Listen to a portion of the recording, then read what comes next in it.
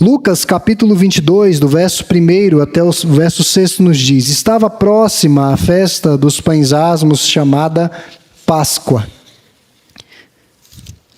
Preocupavam-se os principais sacerdotes e os escribas em como tirar a vida de Jesus, porque temiam o povo. Ora, Satanás entrou em Judas, chamado Iscariotes, que era um dos 12.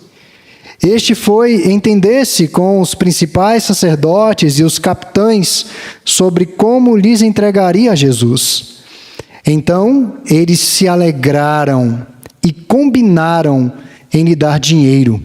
Judas concordou e buscava uma boa ocasião de lhe entregar sem tumulto. Meus irmãos, aqui nós estamos entrando na última semana de vida do Senhor Jesus Cristo em Jerusalém. À medida que se aproxima da cruz, diferentes reações podem ser notadas, podem ser percebidas. As autoridades religiosas querem matá-lo, querem destruí-lo, querem tirá-lo de cena, enquanto o povo ainda simpatizava com ele. Judas o trai. Pedro é advertido sobre a sua arrogante autoconfiança. Ele dizia: não, Senhor, eu não vou te abandonar, eu não vou te deixar.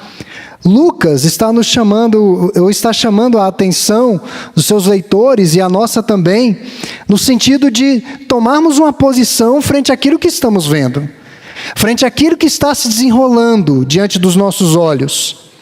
Ninguém pode ficar neutro diante de Jesus. Ou você ama Jesus, ou você odeia Jesus. Não há uma zona de neutralidade.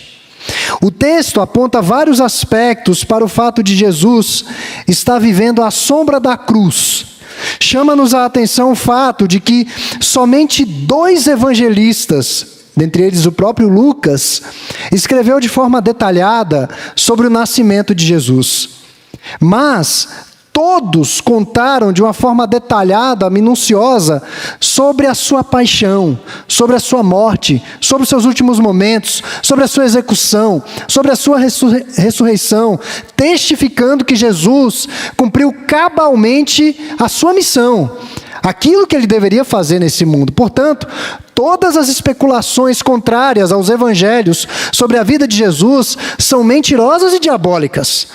Há linhas de interpretação de que Jesus não foi morto, de que Jesus constituiu família, de que Jesus era homossexual. Nada disso está relacionado com as profecias e com o que de fato aconteceu com a vida do Senhor. Então nós vamos falar sobre o texto em tela fazendo 2 destaques. O primeiro destaque é a conspiração dos grandes poderes da terra. A conspiração dos grandes poderes da terra, na calada da noite. Por que os irmãos acham que no parlamento muita coisa acontece na calada da noite? A conspiração dos grandes poderes da terra, verso 1 e 2.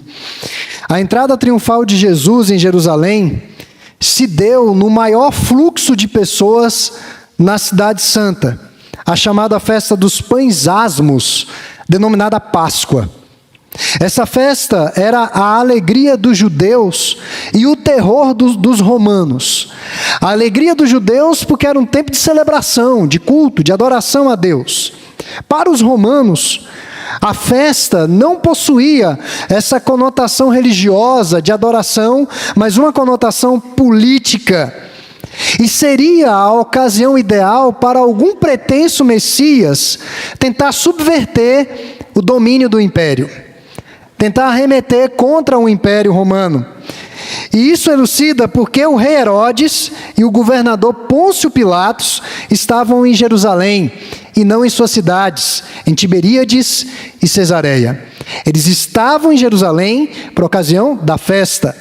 E eles compartilhavam da mesmíssima preocupação: manter a paz, manter o domínio, manter os judeus subjugados. A Páscoa era no dia 14 de Nissan, e os pães asmos de 15 a 21 do mesmo mês, março, abril. As duas festas corriam juntas e poderiam ser consideradas única festa. A festa dos pães asmos era seguida pelo dia em que acontecia o sacrifício do cordeiro. Primeiro a festa dos pães, depois o sacrifício do cordeiro. Então a festa era prolongada por 7 dias de celebração. Quando você ouve que alguns judeus, não sei se hoje é assim, mas naquele tempo uma festa de casamento durava 7 dias. Isso não é exagero, é verdade mesmo. É inimaginável para nós, é como se fosse uma rave, né, para muitos. Uma festa sem fim, mas não era bem uma rave, não era isso. Eles celebravam por 7 dias, e a festa se estendia por aquela semana. E nesse evento, a população da cidade praticamente quadruplicava. Jerusalém ficava lotada, abarrotada de pessoas, de todos os lugares, de todos os recantos do império. Pessoas subiam a Jerusalém para uma semana de festejos. Era quando o povo judeu celebrava a libertação do jugo egípcio. A festa girava em torno do cordeiro que deveria ser morto, bem como dos pães asmos, que relembravam os amargos sofrimentos do Êxodo. Então vinham os pães, os amargos sofrimentos, e vinha o cordeiro, que certamente é uma delícia, maravilhoso, e ali eles celebravam. Jesus escolhe essa festa para morrer, exatamente essa festa, porque Ele é o Cordeiro de Deus que tira o pecado do mundo. Ele é o Cordeiro Pascual que foi imolado e morto em nosso lugar. A Santa Ceia, indiscutivelmente, comunica verdades fundamentais acerca da nossa fé. Na Santa Ceia judaica, havia pelo menos 3 elementos. O primeiro elemento, o fruto da videira, o vinho. O segundo elemento, os pães asmos, eles deveriam estar presentes. E deveria haver também um cordeiro. Note que hoje nós não temos cordeiro na ceia. Nem um pedacinho pequeno, nada disso. Porque nós temos o fruto da videira, que representa o sangue do Senhor, e nós temos o pão, que representa o seu corpo.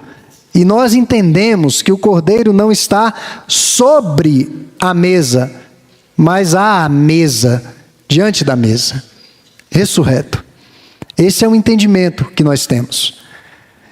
Por isso que na igreja nós temos alguns símbolos. Essa tribuna, que é o púlpito, de onde emana a palavra de Deus para a edificação da nossa alma, e uma mesa da ceia. Para nos comunicar que recorrentemente nós estamos rememorando o sacrifício do nosso Cordeiro. Chama-nos a atenção o fato de que as principais lideranças religiosas que se voltavam para tirar a vida de Jesus, estavam aliançados para prenderem a Jesus por traição. E eles não ficaram satisfeitos com isso. Eles queriam matar a Jesus.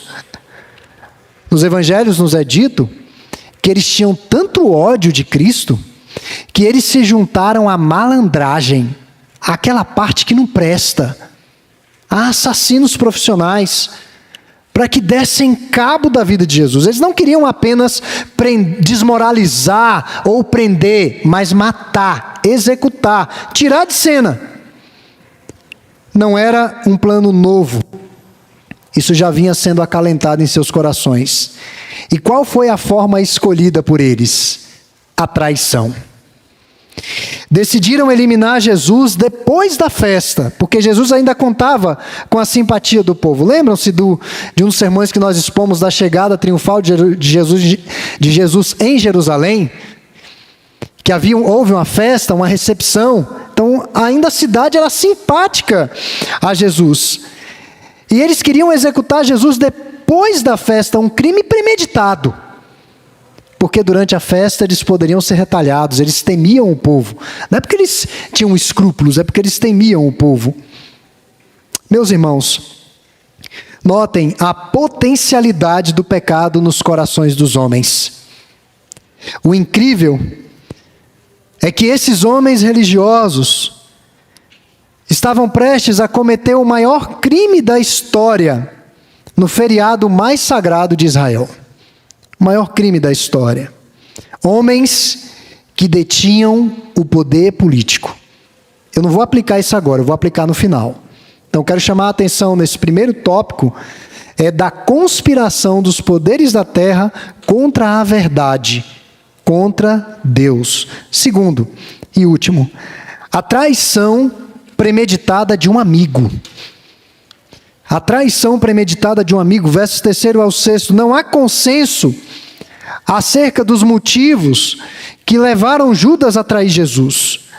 Alguns entendem que Judas traiu a Jesus por motivos mercenários, monetários. Outros explicam que a sua traição foi motivada por desilusão em relação à atitude política de Jesus. Jesus disse que teria que morrer, e essa não era a expectativa de muitos dos discípulos. Outros ainda argumentam que Judas traiu a Jesus porque lhe faltou coragem ao ver que o cerco estava se fechando. Mas a própria Bíblia nos assevera que o que levou Judas a cometer tamanha maldade foi uma coisa chamada ganância. E ele se revela ganancioso pelas narrativas dos evangelhos. Ele vai se revelando ganancioso. Judas Iscariotes andou com Jesus, foi um homem que ouviu os seus sermões, ele foi testemunha ocular dos milagres de Jesus, mas ele perdeu, indiscutivelmente, a maior oportunidade da sua vida. Entregou a Jesus por mera ganância. Judas é a ilustração de um homem cuja consciência tem um preço, cuja lealdade tem um preço, cujas convicções têm um preço, e a sua própria alma. Ele vende tudo isso a esses religiosos que são descritos no início desse capítulo como assassinos. Ele vende a sua alma a assassinos, opositores de Jesus. O Deus de Judas era o dinheiro. E para alcançar os favores desse Deus, ele não mediu esforços e nem sacrifícios. No verso 3º está claro que Judas foi um homem dominado pelo diabo. Embora apóstolo, jamais foi convertido. Era um ladrão. Suas motivações não eram puras. Dominado por uma ambição pecaminosa. Possuído por Satanás. Sua mente, suas emoções, suas palavras e as suas ações foram completamente dominadas pelo inimigo das nossas almas. Ele não foi um instrumento de Deus, ele foi um instrumento do diabo. Olha que coisa maluca. Essa rendição de Judas ao diabo não o exime de sua responsabilidade moral. Ele queria isso, ele desejou isso. E observe que alerta para todos nós. Quão profundamente uma pessoa pode cair depois que ela fez uma confissão a respeito de Cristo. É perigoso. De apóstolo a ladrão. De ladrão a traidor. De traidor a possesso pelo diabo. Veja como um abismo vai chamando outro abismo. A situação só piora. Sua possessão o levou a vender Jesus por 30 moedas de prata. Teve um pastor que fez um sermão, eu acho que foi nesse texto mesmo. O título do sermão era o seguinte: quanto Jesus custa para você? Você lembra, Francisco, desse sermão? Quanto Jesus custa para você? Para Judas, míseras 30 moedas de prata. Esse dinheiro recebido por Judas era equivalente ao preço de um escravo ferido por um boi.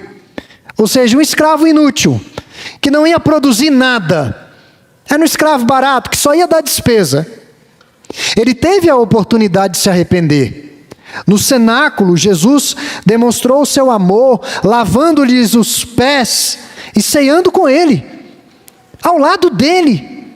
Mesmo assim, Judas não se quebrantou e não se arrependeu. É equivalente a alguém que ouve a mensagem, que toma a ceia e vai cometer o pecado. Ele não se quebrantou, ele não se arrependeu, ele dissimulou ter plena comunhão com Cristo. Judas era um fingido. Saiu do maior símbolo de comunhão com Deus, a ceia do Senhor, para unir-se aos inimigos de Cristo, com a finalidade de entregá-lo. Era essa a resolução do seu coração. O próprio Senhor Jesus sabia que seria traído e ele disse isso. Mas agora ele declara especificamente que será traído por um amigo. O traidor não é indicado com muita clareza. E a comunhão, irmãos, à mesa oriental era um sinônimo de paz, de fraternidade e de confiança. O povo mineiro mais raiz sabe o que é isso. O goiano também, né? Chamava-se as pessoas para comerem, aqueles que eram mais íntimos. Vamos jantar, vamos para um lanche, ter um momento. E ali à mesa, a comunhão era cultivada e muito queijo descia com pão de queijo e café. Bom demais. E não era diferente na mesa oriental. Você sentar-se para comer com alguém era sinônimo de uma intimidade, de uma fraternidade, de uma comunhão muito grande.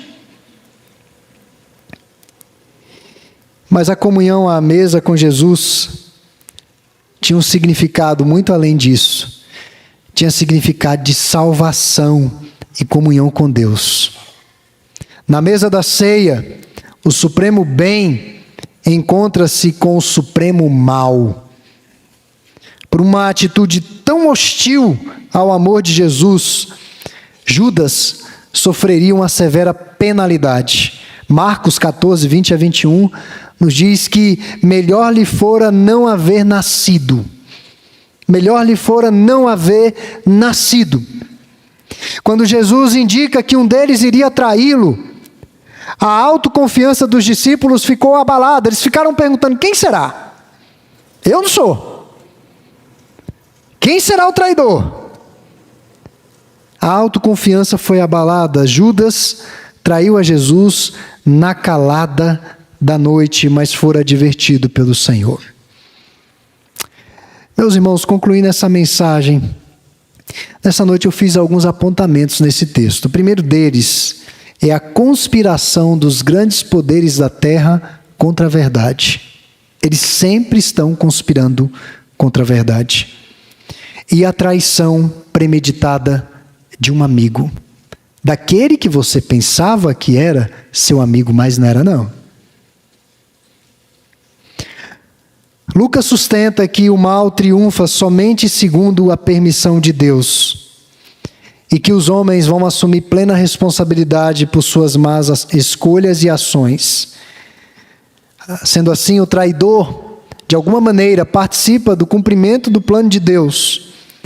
Mas ele faz isso por livre volição, por livre vontade, não como uma marionete. Porque ele quis fazer. A soberania de Deus não vai reduzir a nossa responsabilidade, nunca. Somos responsáveis pelos nossos pecados. Judas foi seduzido pelo dinheiro. Pedro, pela autoconfiança. Mas Pedro, quando percebe que a sua autoconfiança despenca, desaba, e o Senhor olha para ele quando ele o nega a terceira vez, Lucas vai relatar isso, nós vamos ver mais à frente. Jesus olha nos olhos dele, Pedro se lamenta. Ele percebe que não era tudo o que ele pensava ser. Judas, movido de remorso, ele quer usar dos mesmos recursos que se valeu para entregar Jesus. Eu o vendi, eu o comprarei de volta. Tome as moedas de volta, libere-o, ele é um inocente. Não é assim que se resolve as coisas. Não é desse jeito. Meus irmãos, quando eu pensava a respeito desse sermão e observando as barbaridades que estão acontecendo na nossa república, no nosso governo, eu não sei se você é de esquerda, não é possível. Não é possível. as futuras gerações vão pagar por isso. Talvez você não sinta, você não perceba, mas as futuras gerações vão pagar. A malignidade do que está acontecendo nas casas de leis desse país. As dissimulações, as mentiras descaradas, inimigos do bem, inimigos do povo, inimigos de Deus. Temos visto tantas barbaridades e ameaças, de até mesmo amordaçar a Bíblia. Tem ameaças nesse sentido. Eles bem que querem, mas eles não vão conseguir. Nem o Império Romano conseguiu. E não vai ser uma republiqueta que vai fazer. Você pode ter certeza que não. Mas não serão dias fáceis para nós. Não serão. Aqueles que quiserem andar na verdade, servir a Deus com fidelidade, vão ter de lidar com aqueles que conspiram contra a verdade. E o texto bíblico nos mostra que, lamentavelmente, muitos deles são poderosos. E não só em questão monetária, financeira, mas tem poder mesmo de influência. E nós precisamos nos manter firmes diante do Senhor. Então, dentre as aplicações que eu quero fazer, é uma convocação para que nós oremos pelo nosso país mais arguidamente. Eu sei que você tem orado, eu sei, mas eu olho ainda com muita preocupação. Os desdobramentos disso, nós não sabemos, mas tem uma igreja de pé lutando, ou de joelhos orando. Nós temos que continuar orando e crendo na fidelidade do Senhor. Não vai ser um Messias humano, não vai ser uma figura humana, mas na guerra cultural, a igreja é muito grande, irmãos. Mas a despeito do seu volume, da sua quantidade, mais de 1/3 da população é protestante. Eu não sei se você sabe disso. É expressivo isso daí. Mas, muito acima da quantidade da igreja, tem o nosso Deus. Nós precisamos pedir a Deus discernimento e graça para que passemos por esses momentos. Ainda está bom. Ainda está muito bom. Espero que continue. Espero que continue assim.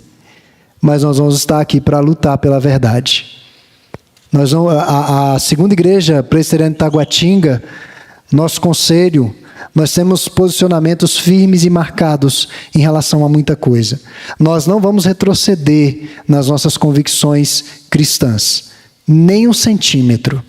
Nós vamos ficar onde nós estamos nas nossas convicções, do que seja uma família cristã, do que seja a verdade, do que seja a honestidade, do que seja o serviço, do que seja a sexualidade. Tudo isso nós vamos manter a nossa posição firme, porque é uma posição que está firmada na rocha, que é a palavra do Senhor. Ainda que todos os poderes da terra se levantem e conspirem e se levantem, nós continuaremos firmes no Senhor. Então, que o Senhor aplique essa palavra aos nossos corações,